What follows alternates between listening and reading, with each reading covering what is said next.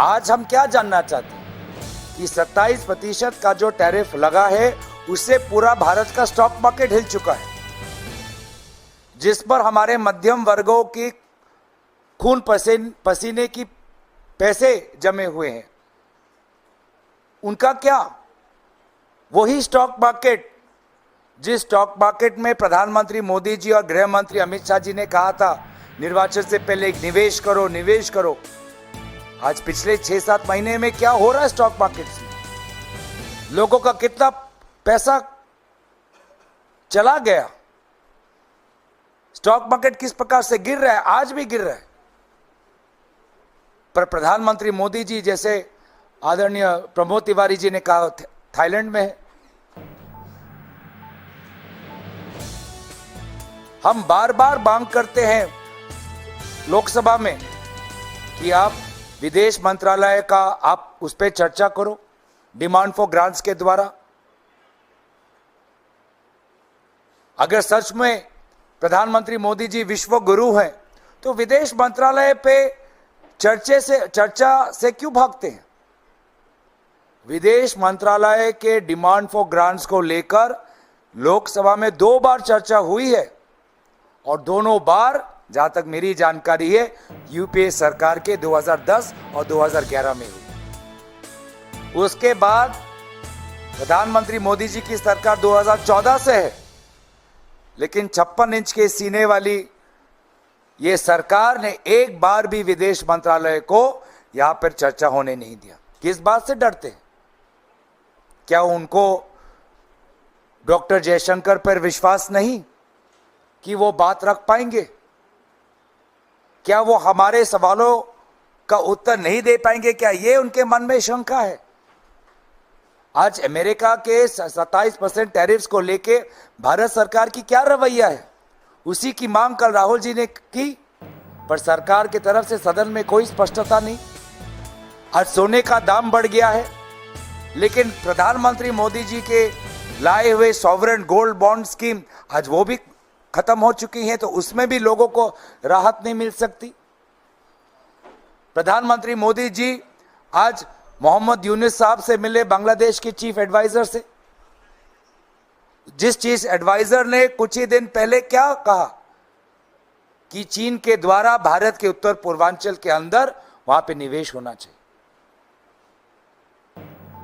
जो चीन जो अरुणाचल प्रदेश को नहीं मानता, जो चीन हमारे अरुणाचल प्रदेश के खिलाड़ियों के वीजा पर स्टेपल मारता है, आज उस चीन को चीफ एडवाइजर स्वागत दे रहे हैं। तो हम तो जानना चाहेंगे एक प्रधानमंत्री मोदी जी से कि क्या आपने ये बात उठाई? आज जो आपकी थाईलैंड में मीटिंग हुई बिम्स्टेक के समिट में, क्या आपने ये बात उठाई?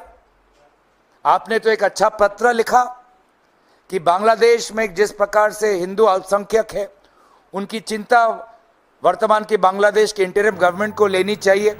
क्या वो बात आज आपने उठाई? ये सारे बातें हैं जो हम लोकसभा सदन के अंदर विदेश मंत्रालय पर डिमांड फॉर ग्रांट्स के चर्चा के द्वारा हम बातचीत करना चाहते हैं। जो बात राहुल गांधी जी ने पिछले बजट सत्र में कहा कि चीन की इंडस्ट्री बहुत आगे आ चुकी है, बहुत आगे जा चुकी है, लेकिन हमारे विदेश मंत्रालय विदेश सचिव उनके साथ केक काट रहे हैं, पर सरकार की तरफ से कोई उत्तर नहीं। और उल्टा मंत्री पीयूष गोयल जी वही बात कहते हैं जो राहुल गांधी जी ने कहा कि चीन की इंडस्ट्री बहुत आगे जा चुकी है और भारत की इंडस्ट्री को और आगे बढ़ना है। यही बात राहुल गांधी जी ने नहीं कही थी पिछले बार सदन के अंदर, जब वो स्टार्टअप्स की बात कर रहे थे, ड्रोन टेक्नोलॉजी की बात कर रहे थे, बैटरी टेक्नोलॉजी की बात कर रहे थे।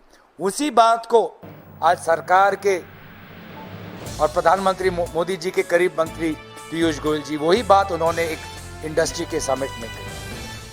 लेकिन अफसोस की बात यह है कि वो ही आखिरी वक्त था जब आदरणीय एलओपी राहुल गांधी जी एक चर्चा में भाग ले। उसके बाद किसी भी चर्चा पर भाग लेने का अवसर नहीं मिला। कितनी अफसोस की बात है। लगभग एक महीने का ये बजट सत्र में कल ही 0 आवर में कुछ चंद मिनट के लिए उनको अनुमति मिली। तो प्रधानमंत्री मोदी जी बाहर तो अब भाषण अच्छा देते हैं, लेक्स फ्रीडमैन के पोस्टर पॉडकास्ट में जाके कहते हैं कि आलोचना ही लोकतंत्र की आत्मा है, और यहां पर जो उनके आलोचक हैं,